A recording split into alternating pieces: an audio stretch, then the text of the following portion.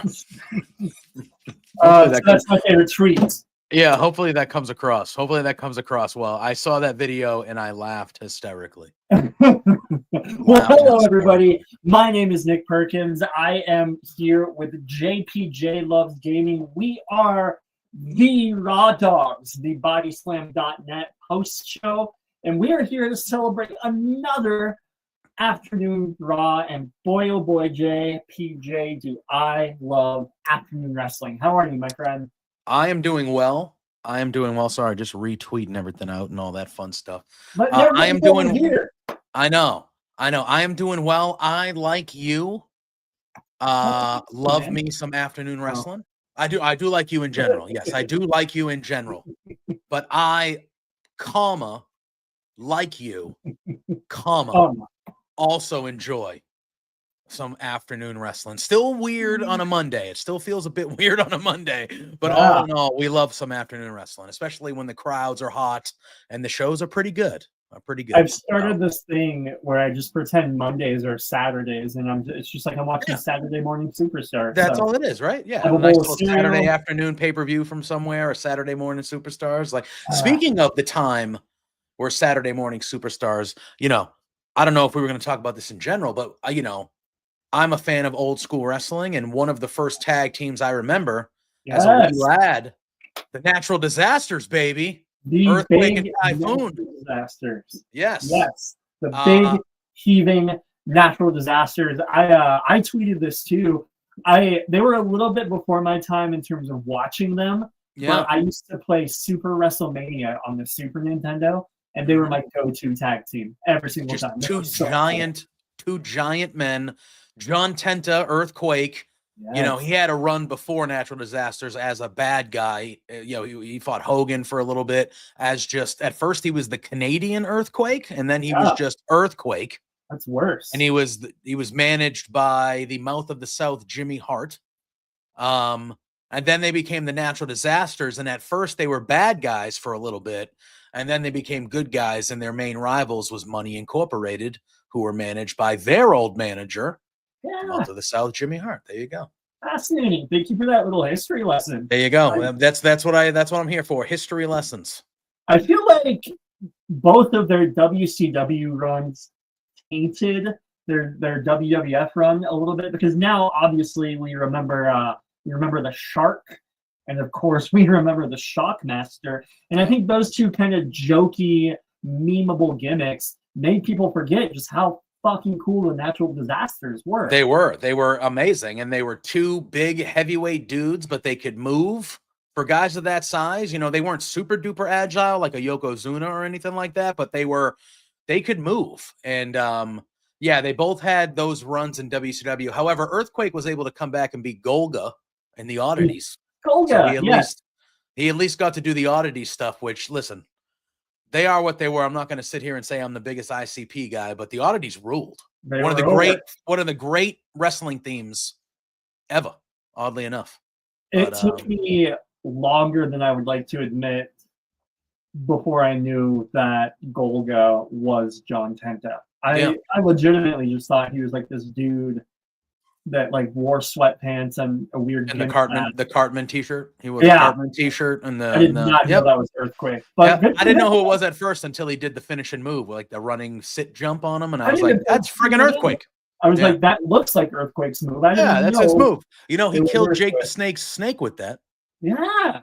When he was a bad guy. Congratulations to the natural disasters. Yes. Congratulations to us. Congratulations to me. Like I told you off air, pretty sure that I'm developing a new caffeine allergy.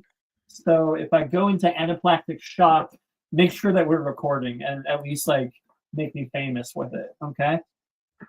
Yeah. I mean, I love how you say we have a new caffeine allergy as you're still just like F it. I'm not convinced that it's this yet. It could be maybe there's something in the air. Fair. I don't know. Fair. Maybe I'm allergic to the American, what's his name? Grande Americano. Maybe I'm allergic to him. Certainly allergic to calling it the Gulf of America. We'll get into we'll get into that. We'll get into that. But if my voice sounds a little scratchy, that's why. But never you mind that. Let's get into Raw. It was a great episode. At first, kind of went downhill a little bit, in my opinion. We can discuss all that, but we did start off strong, just like we did last week with a John Cena interview. And Cena's feud does not seem to be with Cody Rhodes. Kind of seems to be with you and me and the rest of the fans. What do you think of this opening segment? I thought it was another good one. With Cena. I do like how that, what you just said. I like how it seems like the feud isn't with Cody Rhodes at all. Like Cody's the guy he's fighting, that's fine. But it seems like John Cena's problem is with the fans.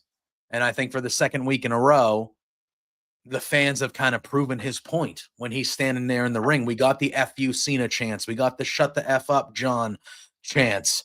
You know, I loved how he leaned in and he called that kid pathetic from last week. He's like, he's like, I got one over on that pathetic kid from last. And I'm like, hell yeah, John, just lean in, bro. Just do it. Do it. And I loved it. He said, I made a meme out of that poor little defenseless kid. I destroyed him last week. And he just went in again and just leaned into, you know, you guys are the reason why this happened because of how you treated me. He did a whole thing about the spinner championship during this one, which was like, I thought that was an interesting way to do it. And he said that was the moment. You know that he knew way back when. That was the moment that he knew he could eventually do what he's doing now. Was how fickle we got over years. Yeah, 20 years ago. He's been planning this. He's been holding that in. Like he knew he was like, I can still do this at any time. So I just thought of this then, just now with you saying that. Do you think if Cena wins at WrestleMania, do you think he brings back the Spinner Championship? I thought that was going to be the announcement. Yeah. Because at the end, he was like, hey, I have something to say.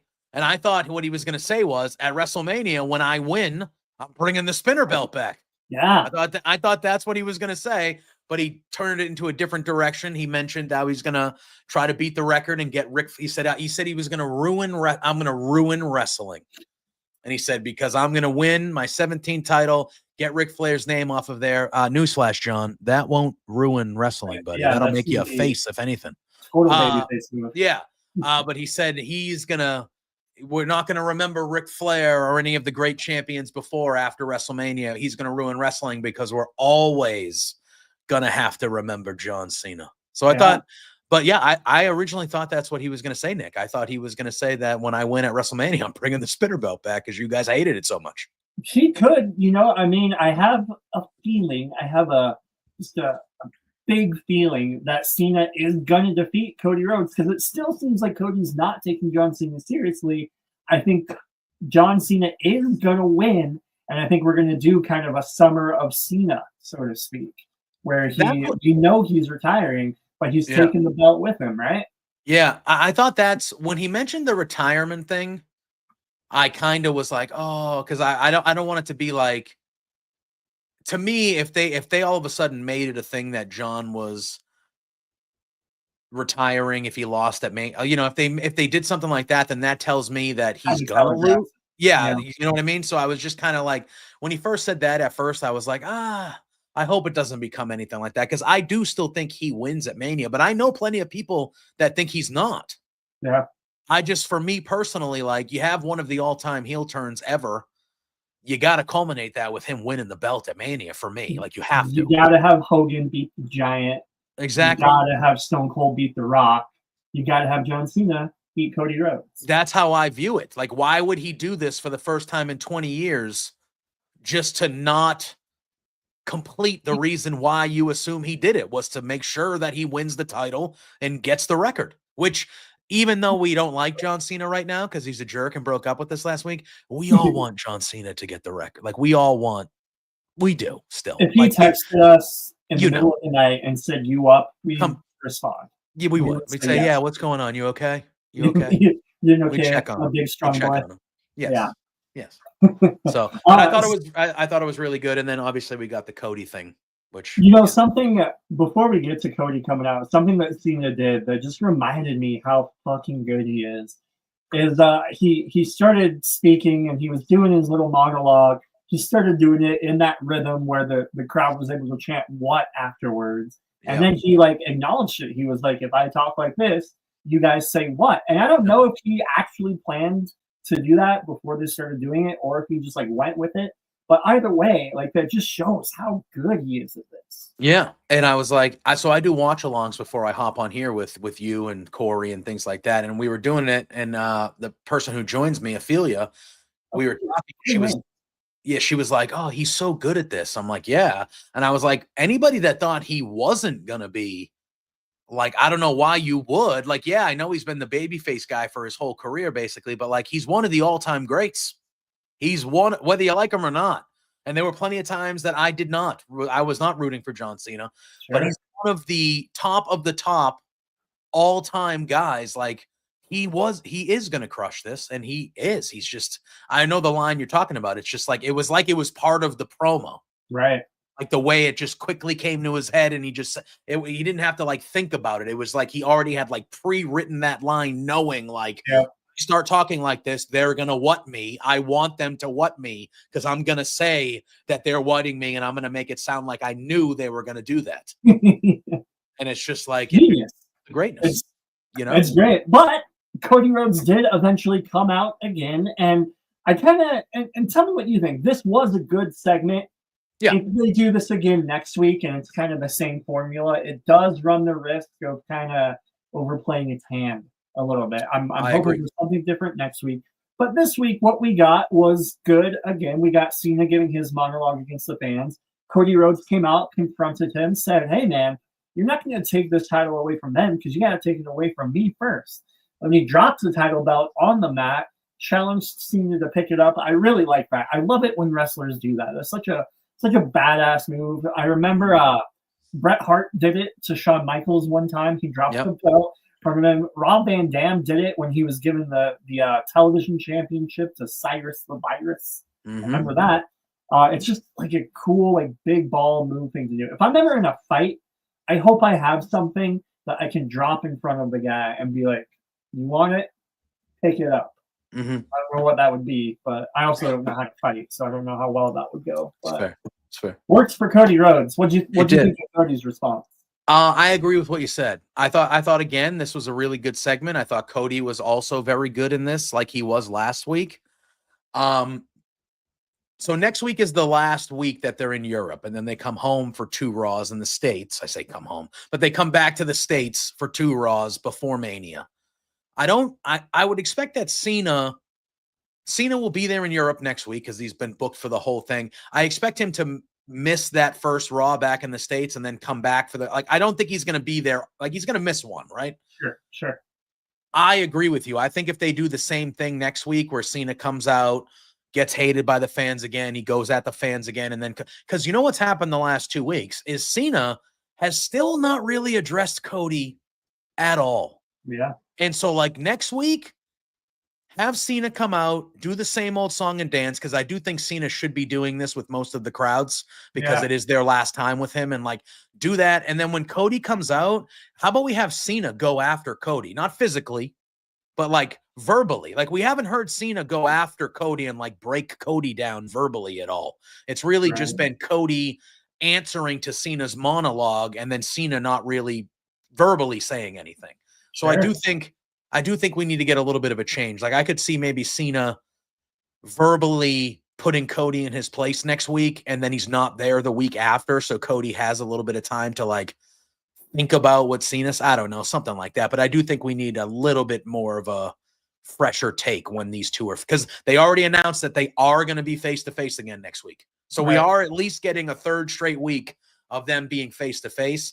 I need a little bit more of them going back and forth. There really hasn't been back and forth. It's been Cena to us and then Cody to Cena defending us. Right. And that's been it. Like, I need them to go at each other more, you know? Do you think that Cody and Cena get physical before WrestleMania? Maybe on the go-home show. But I would be totally okay if they didn't. Yeah. I would be totally okay if the first time they touch is in the match. Do you think John Cena runs over Cody Rhodes with a semi? I mean, it'd be a good way to do it. It has happened before. I would say no. I could see do you see, and again, we got a few weeks now, but like, do you think we see The Rock again before Mania? I don't think so. I think the story is good enough without The Rock. Yeah, I agree. I do think we see Rock at WrestleMania. Mm-hmm. You and I both have discussed, we hope that leads to Stone Cold coming back, but I'm still of the belief that if Stone Cold comes back, Cody has to win, right? Because you're not going to waste Austin's return and a possible stunner on The Rock and then have Cody Rhodes lose. Maybe you will. Maybe you will have that. But I got to make sense of it in my mind, and I haven't been able to yet. Yeah, that's fair. Yeah, I don't know. I'm thinking, like, does The Rock come back on the go-home show maybe?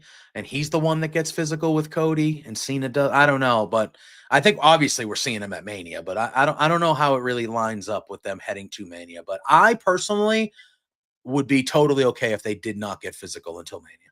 Yeah, I agree. Save that, you know? Yeah. The words between the now, especially if we can get that one, like, great Cena interview about how Cody is a pretender and or Cody is everything that I tried so hard to be. Why did you guys pick him and not me? What's so special about him? Mm-hmm. I think that'd be a good way to go. There's a lot of different ways they can go. I just hope they do it. You know, I agree. Cena's not fighting us. He's not fighting you, JPJ, at WrestleMania for the title. He'd have no chance. He would destroy him. Yeah, no chance. 5 moves of doom from this guy right here. That's what that would be. Boom. You are both from Boston. I am. West Newbury. Well, yes. Well, yes. We are a town over from each other, oddly enough. But, yeah. It was a great segment, though. I do hope we get something different next week. But speaking of something different, I loved how they didn't build up Jey Uso's tag team partner. They didn't do anything. They just had his brother come out with him. Hell yeah. You know, we've been debating for a week. Who's Jey Uso's partner going to be? I assume that we get this big build-up. We get Jimmy Uso's music. But no, brother Jimmy just came out and they were off to the races. What'd you think of that? I was very happy it was Jimmy. I saw the rumors of Joe Hendry, and I get it. That would have been a fun pop, and that would have been fun. But what they did tonight with I thought what they did tonight was very much needed in the Jey Uso Gunther storyline. Yeah. I thought tonight was a step forward. Like, it made me care about this story a lot more than I did heading into this show. And I think involving Jimmy and that family aspect, and we'll talk about the other segment later when we get to it, I thought that was excellent. I loved it. And I thought it was a little weird. I thought maybe you would have, you know, Jay come out, stop halfway, then we get Jimmy's music. He comes out, they get to each other halfway, and then we get the Usos music or something like that. They'd make it a bigger thing. But I didn't hate the way they did it, where Jimmy was just like, nah, man, I got your back. I'm here. And they kind of did it where he just kind of snuck in behind him and was like, hey, man. Yeah, and then everybody was like, oh, shit, it's the Usos. All right, let's go. Hey, all right, yeah. And it makes sense for them, too, especially given their recent relationship. It's cool that, like, Jay his brother just is there with him. You don't got to guess about it. Like, brother will be there. And then the match itself was about what you would expect. Of course, the Usos won. The interesting thing was when Gunther inevitably came out to attack Jey Uso, Jay got the upper hand, was about to spear him, I assume, but kind of tripped up a little bit, just like last week. Last week, I think everybody agrees was an accident, but now I don't know. Maybe it wasn't. Maybe that has always been part of the story, because Jey Uso slipped this time too. And then once again, Gunther got the advantage and started taking him out. What do you think of that mess up? And did you think that last week's was part of the story at first, or did they bring it in to make it part of the story this week? I thought the tag match with these guys was pretty good. I thought this was a pretty decent tag match, what you would expect, but it was cool to see the Usos back.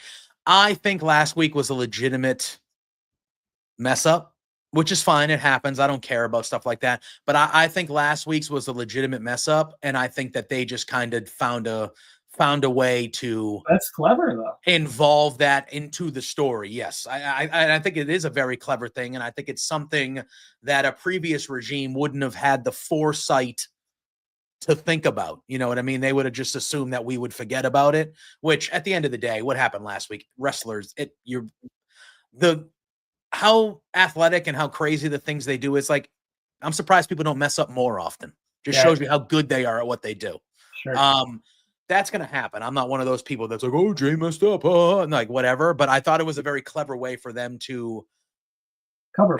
It's another layer that helps Jay doubt himself, which the story is not only is everybody else doubting Jay, but the last couple weeks, Jay is starting to doubt Jay. And that's the story, is Jay doubting himself, not so much everybody else, because Jay's always been doubted his whole career. That's the story. But now he's starting to believe what those people say.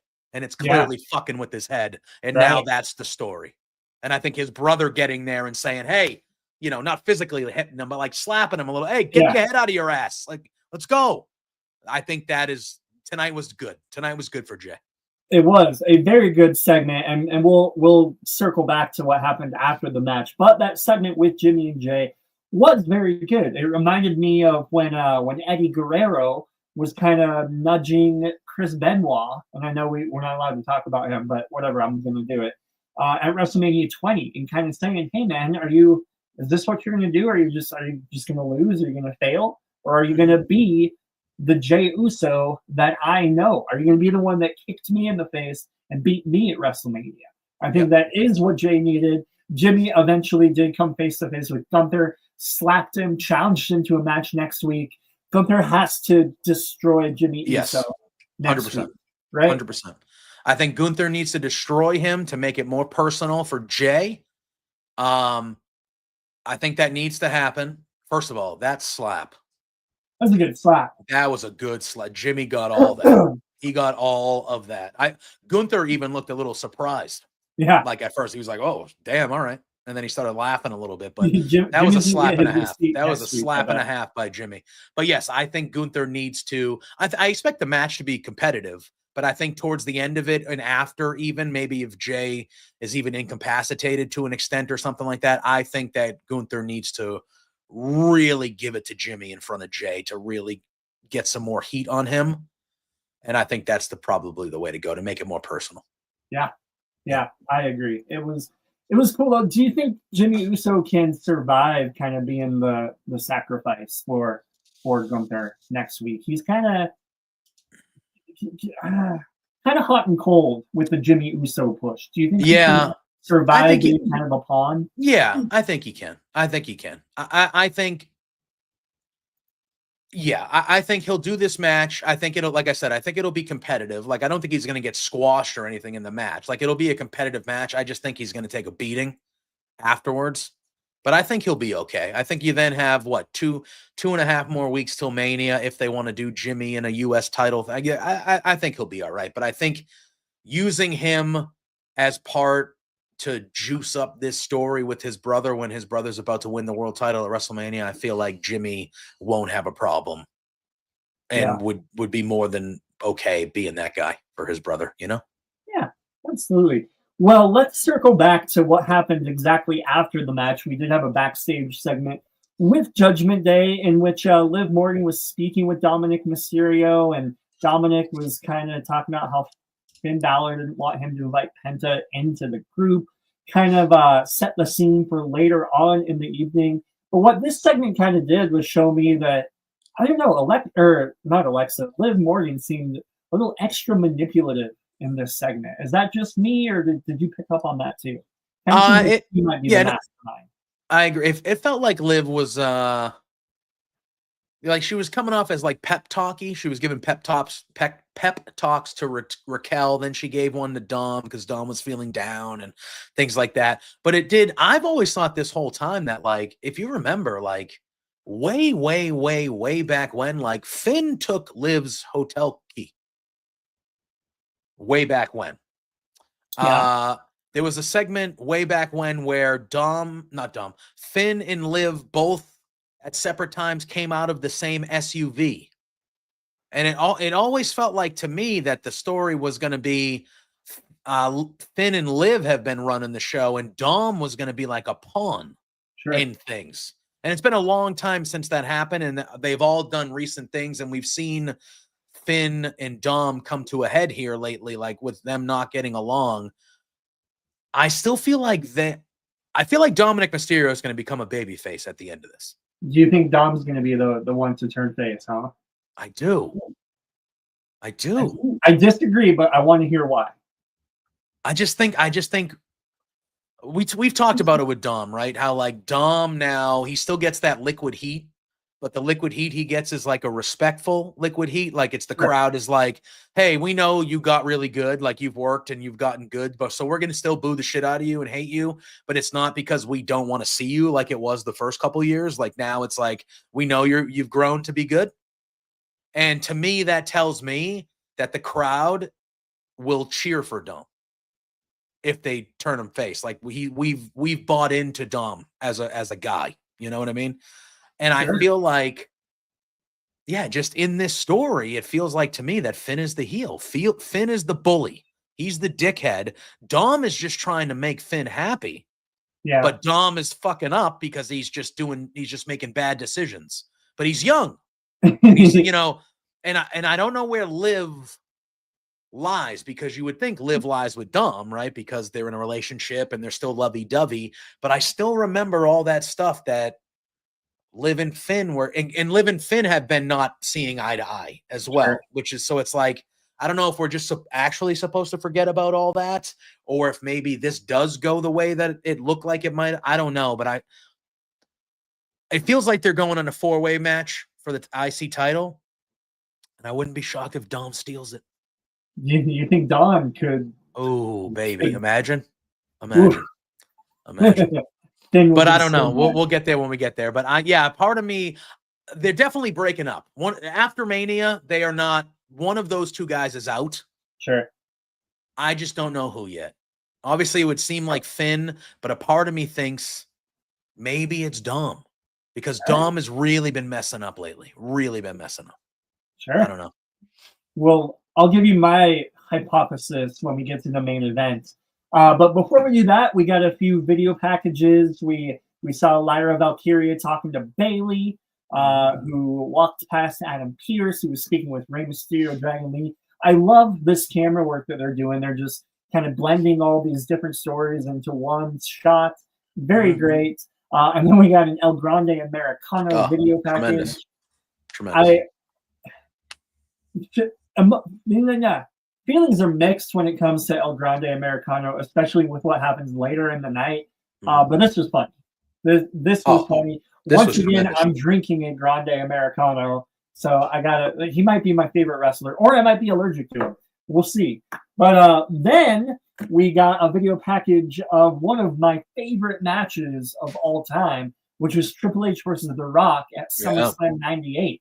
For the Intercontinental Championship. Do you remember that match? Did you watch? Oh my God, yeah. I said it on the watch along. I was like, this is one of the better ladder matches ever, and it doesn't get talked about enough when we talk about great ladder matches. We don't talk about that one enough. That match, yes, that match was truly great. And they were both where they were on the card. They were both mid-card up. This for the IC title. This was Triple H's first real, like, big win as a babyface as well. And it was like, where they both were, you knew they were stars. You knew they were eventually going to be main guys, but they were mid to upper mid card. And this was their opportunity to go out there and steal the show. And they did. Like, it's the best match on that show. And that's a good pay-per-view. But I thought it was the best match on that show. That was a great ladder match. It's one of the best of all time. Yeah, absolutely. One of my favorite matches. I love Triple H's tights in that match. The purple, big purple fan over here. And man, as you can see. I got purple on my shirt. It's my favorite color. It's my favorite color. Purple and black are usually that's my wheelhouse. So. Wait till I'll wear my purple suit next week. I'll blow your mind. Hell yeah. Anyway, and then we found out, like we talked about earlier, the natural disasters will also be in the class of 2025 Hall of Fame, which will be very exciting. I think I'm going to buy Super WrestleMania for the Super Nintendo again and kind of relive my childhood in honor of them. Hell yeah. After that, we did get the segment with Jimmy and Jey Uso kind of doing the pep talk. That was great. And then we got a segment with Io Sky, Bianca Belair, Rhea Ripley again.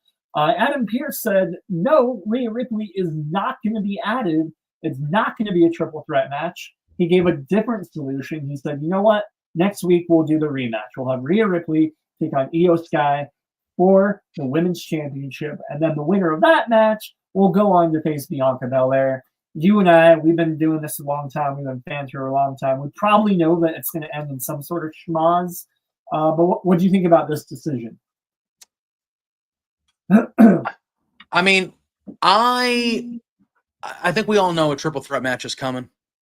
And I mean, I'm fine with it. We're getting the run back of Rhea and Io one more time. Bianca is going to be, we find out a little bit later that Bianca is the special guest referee for it now. So that adds some intrigue to it. My guess, I thought it was fine. I would have preferred, and Io did say it, but I would have preferred if it was just, and maybe this will happen after next week, I'm not sure, but I want Io to just be like, hey, I'm done with both of these girls. They've been disrespecting me for weeks. I want to fight both of them. And she said that tonight. She said, I don't care who it is. I'll fight both, but I want her to be the reason it turns into a triple threat.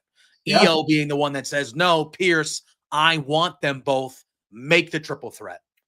And that's what I think would go best, because Io has been that champion in this story, that she doesn't care. She'll fight anybody. She does not care. And that's who she's always been. So I hope that that's how we eventually get to it, is Io is the one that says, no, I want this. This is happening. I think the match will be fun next week. I expect, again, with the Bianca stuff, because she's still a babyface, but she's acting kind of heelish a little bit. I expect Bianca to maybe screw Rhea somehow, or like her and Rhea can't stop doing what they've been doing and it costs Rhea, and that potentially is a way we get it. I don't know. I just want Io to be the one that's like, no, I'll fight them both. Fuck it.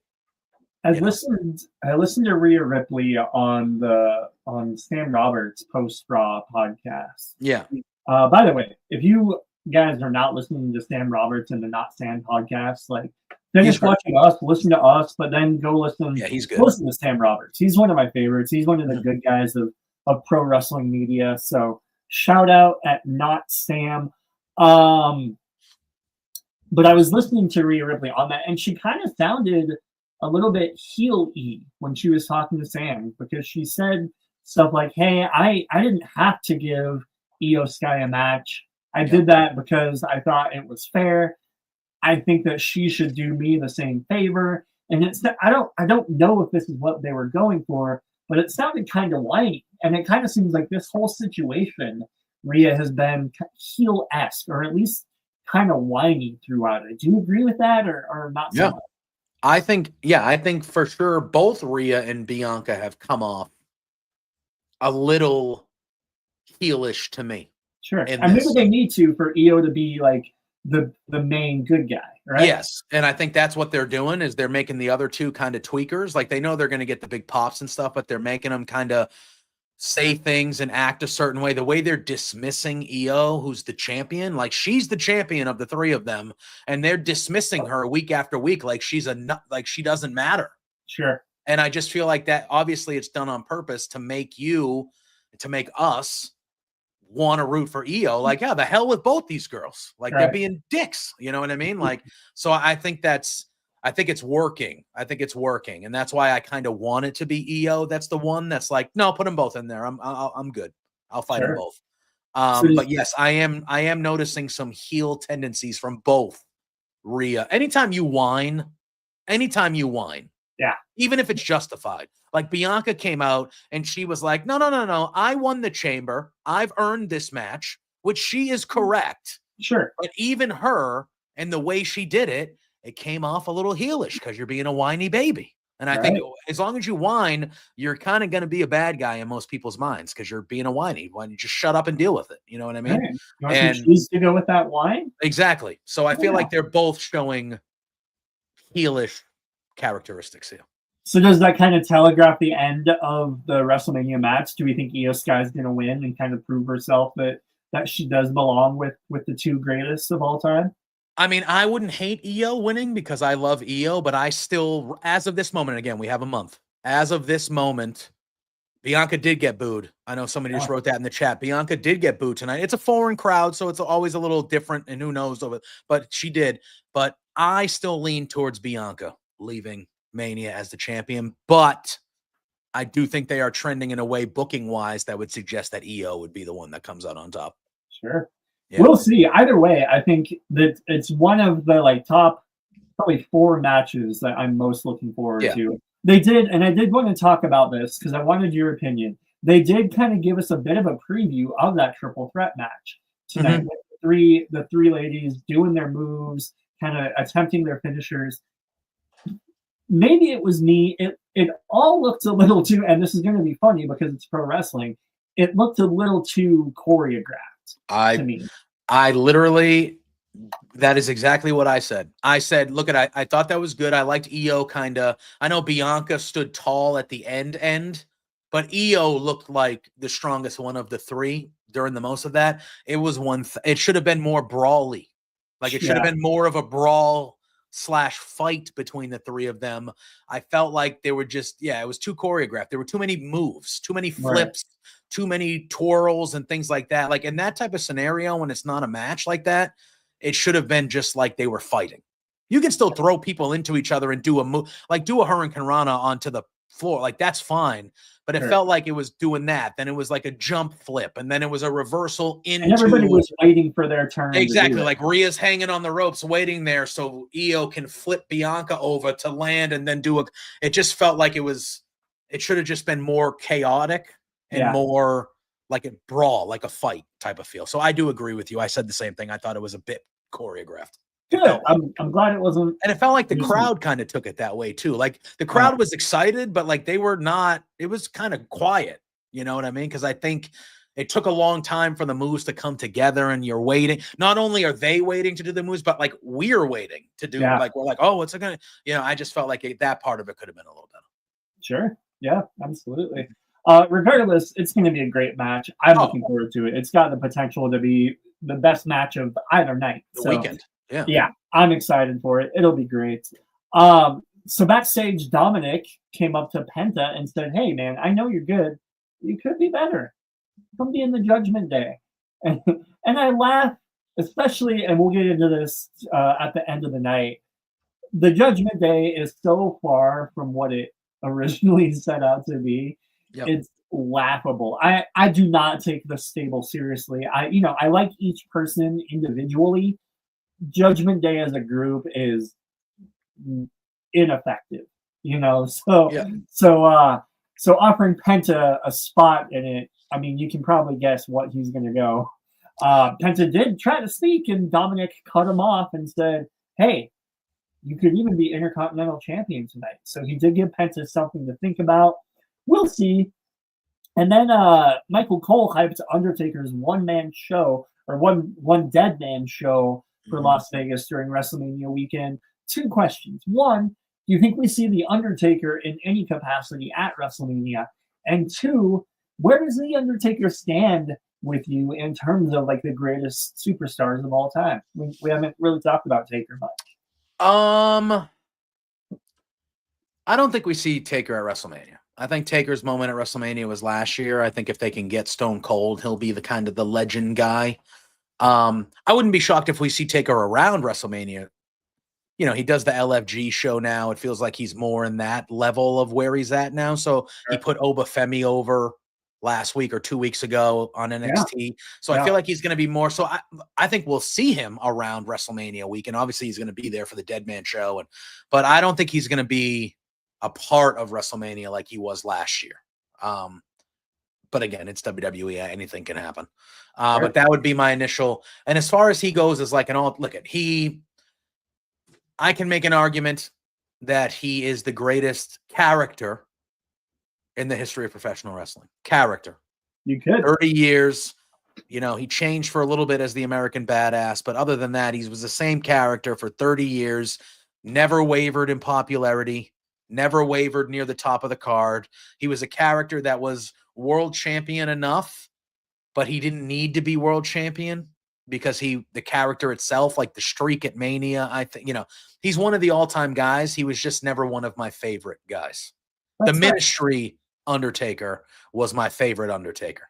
Was it because of that music? Because that was the best theme song. His best music he ever had. The best music he ever had. But yeah, the Ministry of Darkness Undertaker was my favorite version of the Undertaker. And again, I never disliked the Undertaker. Even when he was like a big time bad guy, obviously I never disliked him, and I know how great, you know, he's an all-timer. Sure. I could accept the argument of Mount Rushmore from a lot of people. Just me personally, he's not on mine. But I wouldn't argue with anybody that had him on theirs, you know? I'm not going to ask you your Mount Rushmore because most people don't actually understand what Mount Rushmore is. But I will ask, who are your top, let's say, 5 favorite wrestlers? If we're going just favorites, like not who I think the best are, favorites, Bret the Hitman Hart. This is in no order. Bret the Hitman Hart, Stone Cold, Steve Austin, Macho Man, Randy Savage, CM Punk, and Scott Hall. Razor Ramon specifically was my shit when I was a kid. I loved Razor Ramon. He was one of my all-time favorites when I was a child, especially when he became a good guy, like when he was the good guy Razor, because I was young enough. I ate him up. But Razor Ramon, that character, Scott Hall in general, should have been a world champion somewhere. I don't know how he wasn't. But Razor Ramon specifically is one of my all-time top 5 characters ever. It will never not be. So that would probably be my 5. Honorable mention, though, Mr. Perfect. I fucking loved Mr. Perfect as well. Did you like West Texas redneck Kurt Hennig, or just Mr. Perfect? I preferred Mr. Perfect. But I was a big Bobby Heenan guy. Yeah. So if you 10-1, if you were lined up with Bobby Heenan, I probably liked you because I think he's not a wrestler, so he can't be on my top 5. But I think Bobby Heenan is a top 3 wrestling person ever. Yeah. Ever. Best guy ever at the table, best manager of all time. And I think Bobby Heenan is like top of the top Mount Rushmore wrestling character, person, figure ever. But I digress with that. But that's hard to argue with. I don't disagree, and our lists are pretty similar. I also have Scott Hall and CM Punk on my list. I've also got Bret Hitman Hart's arch nemesis, Shawn Michaels. That's fair. He would be on my list of best. He would be on my list of best, but not personally a favorite of mine. I've also got Bryan Danielson. Mm-hmm. And as for my 5th one, oh man, that's tough. I don't know yet, but those are my 4. Yeah, it's a good 4. Scott Hall, Bryan Danielson, Shawn Michaels. I think I always just like the wrestler guys, the shorter guys, the guys that I could like almost be the same size as if I, worked out and actually cared about my body. Exactly. So, well, enough about that. We got a great little WCW Cruiserweight-esque match with El Grande Americano versus Dragon Lee. The match was great. Mm-hmm. People are upset that El Grande Americano said that he was from the Gulf of America. Well, WWE said that. Right. So WWE said he was from the Gulf of America. What do we think about that? Is that trending too close to like political uprising? I think it's, if I was WWE, I understand. I think they're honestly, I'm not joking, and I'm not doing this to defend them. I think they're doing it because they think it's funny.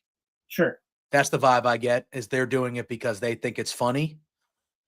I think it would probably be best for them if they kind of didn't steer too far down that path. Yeah. I don't want to make this show political, but I don't affiliate with the people that think that should be a real thing. Or we can make it political. Fuck you if you believe that. You're stupid. Yeah, okay. I am not behind or with the people in charge right now. I will leave it at that. And I feel very strongly about not being with them, but I'm trying to be as professional as I can. And because, we're here to, it's one of those things that's weird. We're here to talk about wrestling. I don't want anyone to feel like they can't talk about wrestling with us because but at the same time, I do not agree with you. I think you are wrong. Yeah. And I'll leave it at that. Okay. About that. About that. I don't know you personally. About that. I think you are horrifically wrong. And I think it's very bad what's happening. That's all. That's it. I am one of those people also that while I don't agree, like I saw that and it made me chuckle. You can look at it objectively. I chuckled at it. I wasn't one of those that was like, oh God, I'm not one of those. I saw it and I went, okay. And I like laughed a little bit because it's a fucking wrestling character. It's not, this guy's not running the country. And it makes sense. You know what I mean? For his character. Correct. Right. So like I took it lightheartedly, I'm not gonna say like a normal person, because if you felt a certain way, you are allowed to, and I'm behind you. But like I took it more of like, okay, whatever. It's stupid, but it's silly. Exactly, it's silly. Yeah, I completely agree. I think it's like you said, disagree with the overall idea of the Gulf of America, but for the purpose of this story, I thought it was clever and a great way to get heat, And that at the end of the day, that's what you want. He's a bad guy. They do need to be careful. They do need to not like turn him into like this. Yeah, don't do that character. Yes. Hopefully that's all it was. But for what it was, I thought it was funny. And then they followed it up with a great match, like one of the best, real good, best match of the night. Yeah, we've seen in ages. So El Grande Americano got the win. He beat Dragon Lee. I think after WrestleMania, Dragon Lee he's gonna really kind of ascend. I know that we'll have Rey Fenix here. I know we've got Penta, but I think Dragon Lee, there's a lot of uphill for him, but I think he'll get uphill, and I think he'll do a great job. I fully agree. You said it. This match was just a great match between these two guys. Dragon Lee is a star, and they've gone a little hot and cold with him. Like they kind of like started and then he disappears. But like, I feel like I agree with you. I think now we've seen him almost every week for like 2 or 3 weeks now. I think they need to do that. And they gave him sympathy at the end with Grande Americano ripping his mask off. And that's how he beats him. And it's not like he's getting buried either. And he's on screen every week with Rey Mysterio. Exactly. Luchador. Exactly. And I feel like the way he lost, like, he tapped out to the ankle lock, but he tapped out because he had to cover his face because of the history of the mask and all that. So like he lost, but he didn't lose because Chad Gable just straight up beat him. He lost because he was compromised and he couldn't go further without ruining everything of his background. So I thought it was very well done. I agree with you. I think Dragon Lee is a future star for them. And I could see him towards the second half of this year really cementing himself in that mid card on Raw. Big time. Yeah, absolutely. It was a great match. I love it. And then we got to a CM Punk segment, and this was once again, you're sighing. What are you sighing about? Because we got I'm happy to be here again, Phil. We hate happy to be here, Phil. I don't like it. We want piss stuff. He did call Seth a little diaper piss baby, which I thought was hilarious. That was pretty good. This wasn't like Seth Rollins' segment last week where he kind of didn't just said a whole lot of nothing. He did make some points and did kind of set up some future stuff, but we did want him, I assume, to be a little bit angrier about his current circumstances. Yeah, I agree. Yep. Yeah, I don't mind babyface Phil at all, but I hate that I'm happy to be here, Phil. And he started it off that way, and it was kind of like, but I thought overall this was a pretty decent promo. Sure. I like how he kind of turned it around though, because he did mention that they were going to be doing a contract signing on SmackDown, like Seth did last week. Like he went out there and announced something for a different. But I like how CM Punk turned it around. He said, "Oh, you're booing." Yeah, like they were self-aware. Like, "Oh, I wonder why you're booing. Are you booing because it's not here tonight?" I think that's the first time that's ever happened. That's very CM Punk. Exactly. And so like I felt like they did a good way of like turning that around into Punk getting the crowd behind him. because he was like, oh, I wanted to do it here, but poor Seth and Roman, they can't be here. They're kind of whatever, you know. And he made them look like the jerks, which I thought was good. I thought it was smart. I thought that was a good way to do it because, you saw the reception last week. You're going to get a similar reception when you announce big shit happening, not in the country that you're at live. They're not going to care.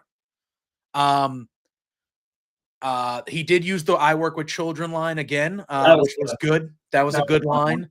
Yeah, I thought overall this was a decent promo. I thought this was decent. Again, it was in that same vein of the Seth Rollins promo last week, where like nothing crazy happened, and it was more to set up a bigger thing happening later on this week.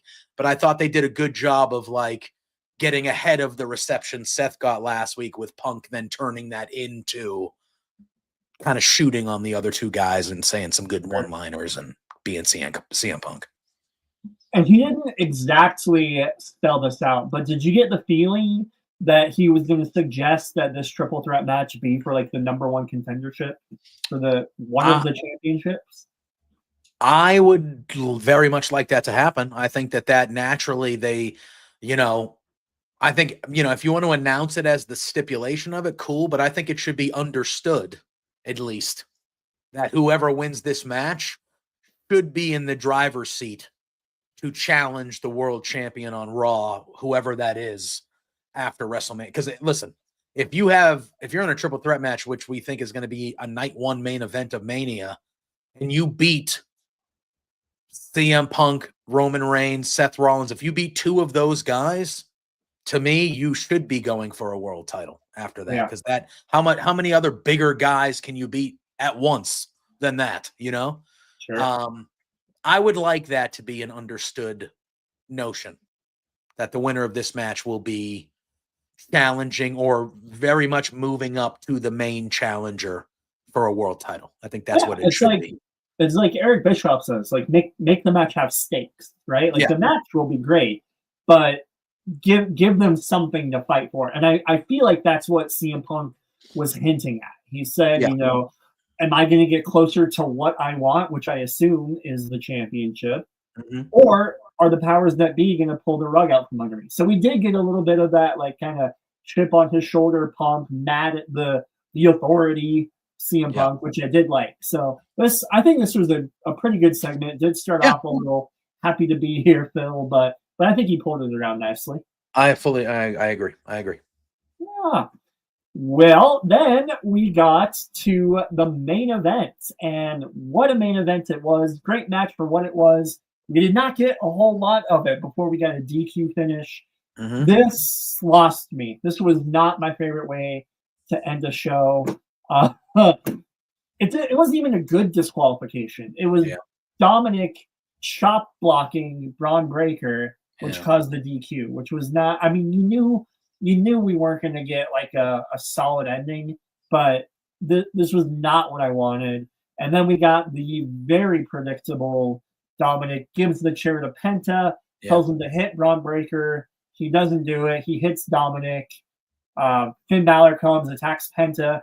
Judgment Day stands tall. But again, we're ending a Raw on the road to WrestleMania, and the final image is Finn Balor. And nothing against these guys, but we're ending Raw with Finn Balor, Dominic Mysterio, and Carlito standing tall.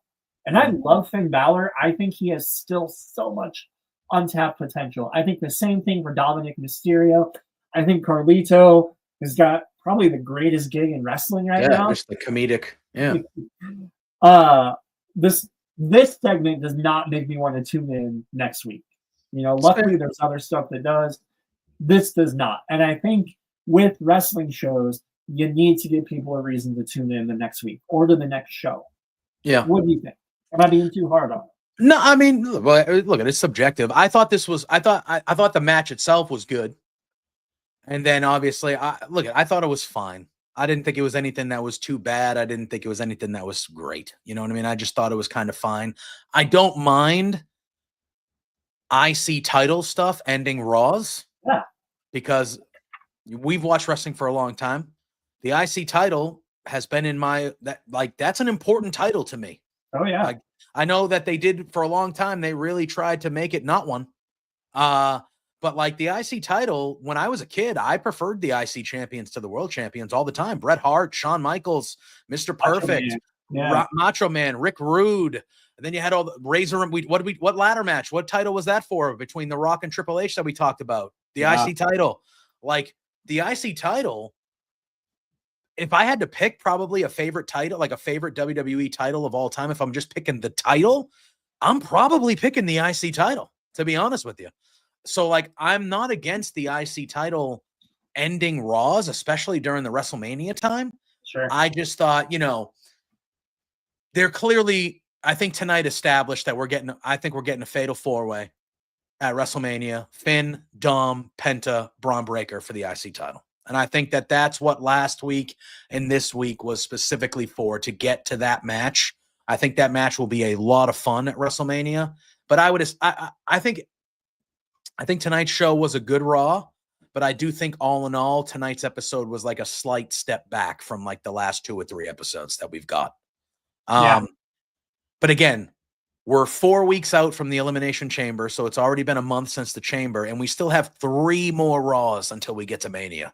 So that we're in that middle phase where not every Raw is going to be, I mean, you would hope, right? But like, not every show is going to be balls to the wall, start to finish for 7 straight weeks. Like, you're going to have a show or 2 where it's still good. Like tonight's show was still good, but like less bananas. Like, it's just kind of a standard. Oh, that was a good show.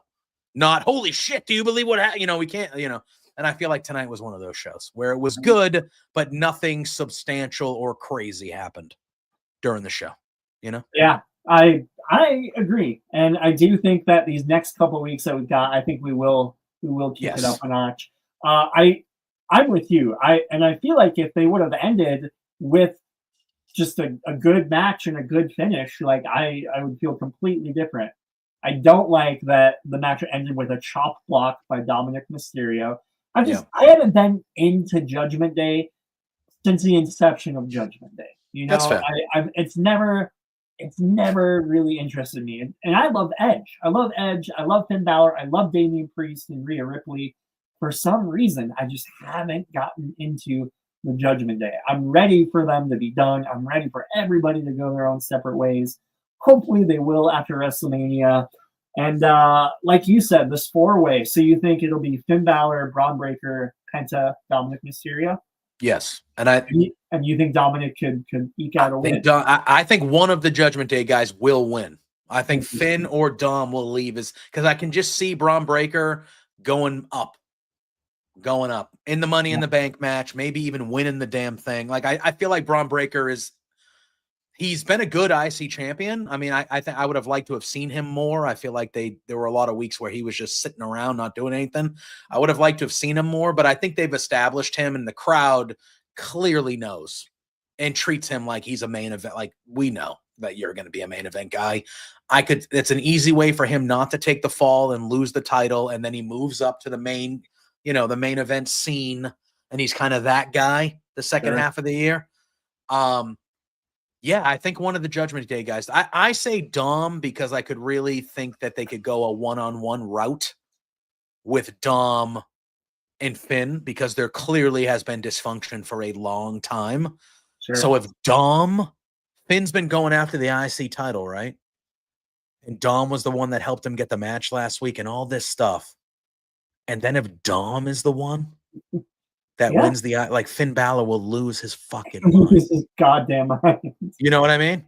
And I feel like I kind of want to see crazy, lost his mind Finn Balor just fucking lose it and go after Dom. And I think that's how you can make either one of them a good baby. I think you can go either way. If that happens, you either make Dom the sympathetic babyface that the crowd gets behind because Finn goes nuts and beats the shit out of him, or you have Finn become the crazy not lunatic, you know what I mean, the crazy good guy out of it, and the crowd's behind Finn to get Dom. I think you can go either way. And I'm glad you brought that up, because you think that Dom's going to be the babyface coming out of all of this. I think Finn will be, because it like we talked about, Dominic keeps screwing up, but Finn Balor is there to reach out his hand and help him back to his feet, right? And Yeah. I think Finn will continue to do that. He'll still be frustrated with him, but he's got a sense of loyalty to the group, right? Until the group turns on him. So I think it'll be Finn turning into the good guy, which I'm ready for. Like I said, I've been a fan of Finn Balor since the New Japan days. I'm ready for a big push for Finn Balor. Give me Finn Balor versus Gunther in a feud. Give me Finn Balor versus Braun Breaker in a best of 7. You know, like I would love it. Give me good guy Finn Balor. Give me Demon Finn Balor. Give me all of the Finn Balor. Just be done with the Judgment Day. That's what I'm saying.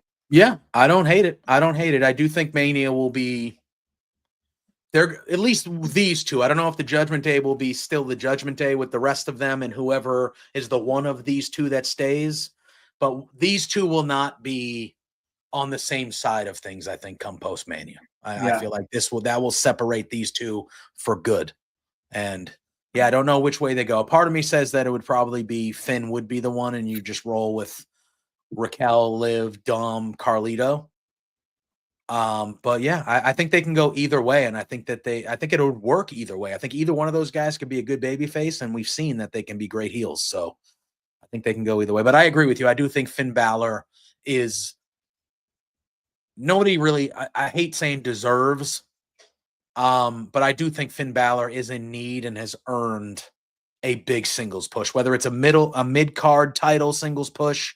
Like, I would love him as the IC champ to just have great matches, you know, week after week or every other week, just defend that title and win a lot and be a dominant IC champ. Like, I think that's a great role for Finn Balor. I think that's a great role for him. Yeah. And I agree. I would like to see it. I agree. Dom, though. I completely agree. So you mentioned that you mentioned that the Intercontinental Championship is your favorite. So I got to ask, what's your favorite version of the actual title belt? I am going to be very cliche. It's the white, man. Love the white IC. It's the white IC. When Cody brought that thing back before he left, I was one of the best things he ever did before he actually went and like did some of the best stuff he's ever done. Right. But like when he brought back that white IC title, I was like, oh baby. I was like, I have a Kurt Hennig, I have a Mr. Perfect action figure over there. And it's the black IC title around his waist, but they have another version of it that has the white one. I just can't find it. But the white IC title was great. I wasn't a big Ultimate Warrior fan, but the yellow IC title that he had was very cool as well. Remember that like goldish tan one that I think Shawn Michaels had it for a while. Goldust had it when it was like I do remember. Yeah, I do remember that. Yeah, I thought the one that the current one they have ever since they added the blue, I think looks good. It actually, once they added the blue, to me, it looked like more of an old school title. Sure. With the blue there, but I thought when Gunther had it and it was just the all black and gold, I thought it looked like shit. I thought that title did not look good. It's still not my favorite. Yeah, the blue adds a lot. I will say the blue adds a lot. Does help. I grew up kind of with the oval Intercontinental Championship. Yeah, that's a good one too. That was a good one too. I missed that one. I'm collecting belts now. So far I've got the winged eagle, the big eagle, and the big gold belt. The next one on my list is the oval Intercontinental title. Oh yeah, yeah, that was a good one. I like the oval IC title. Yeah, I mean, I thought the worst one they've had is the current one. Yeah. I've never really there's never been a belt design that I've truly hated. I mean, Cena and the spinner belt, like he was talking to me. Even that, like I would prefer that to what we have now. Yeah, I think the titles that we have now are not the best with the big WWE on it. Like that to me was the old man saying nothing's more important than the WWE. When people look at this title, they should see the big WWE logo first and above everything else, because that's the most important. That's the most important. And that's why those titles are designed that way. Yeah. I do think the titles that have been created since Triple H has come in have been excellent. I love the SmackDown tag titles. Love them. Yeah. But I think that's because I'm an old school guy. I think that's why, I'm an old school guy. And when I see those look like titles that would have been around the waists of people when I first started watching wrestling in the early 90s. The natural disasters. Yes, correct. Yeah. So I love those titles. I like that is, what was one of the prettiest belts they ever did? The United Kingdom Championship. Yeah, that was a good one. Terrific. Yeah. Terrific title. Looking title. I like belts like that. I love even though we haven't seen it because it's been in a briefcase for 7 months. The AEW World Title, that old school big looking belts. Those are the belts I like. Those are the belts I like.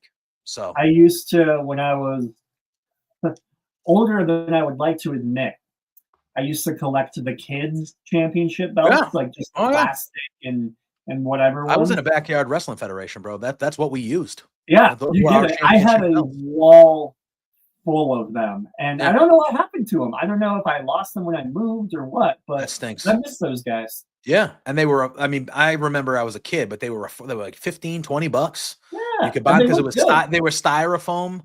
Yeah, like the straps were styrofoam, and it was plastic. It was that was a good belt to have when you were a kid. Or, you know, like a 25-year-old. Yeah, exactly. We're all kids at heart. We're talking about pro wrestling on the fucking internet. Yes, embrace your inner child. Exactly. That is our parting wish. It'll keep you young. It'll keep you young. Yes. Play with the child inside of you. That sounded weird, but I meant it. Anyway, guys, thank you so much for joining us on Raw Dogs tonight. We kind of went through the comments as they came up. We do thank you for sharing your opinions with us. We got up to 700 viewers tonight, which I know still doesn't sound a lot to a lot of other people, but to me, that's a lot. That's 700 people watching me and my friend JPJ that don't need to be. There's 1,000 other things you could be doing. So thank you for joining us. JPJ, as always, my friend, it has been a pleasure talking about wrestling with you. Do you have anything cool coming up? Anything you want to shout out? Yeah, I mean, tomorrow morning over on Love Wrestling at 10 a.m., I'll be talking some more WWE and Raw with my co-host Drew Nicholas on Firmly WWE.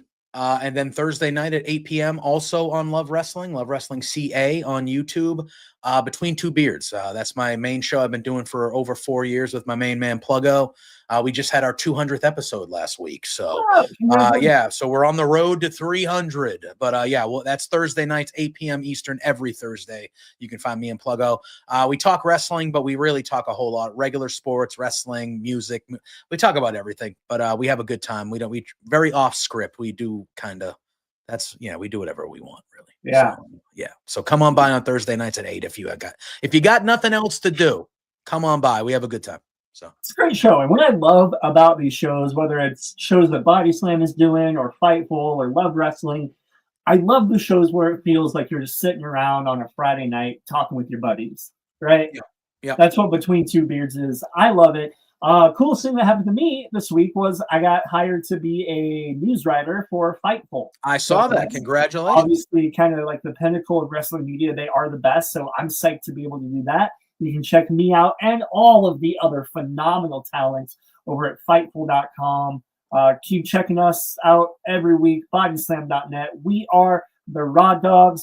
Thank you for joining us, and we will see you next week.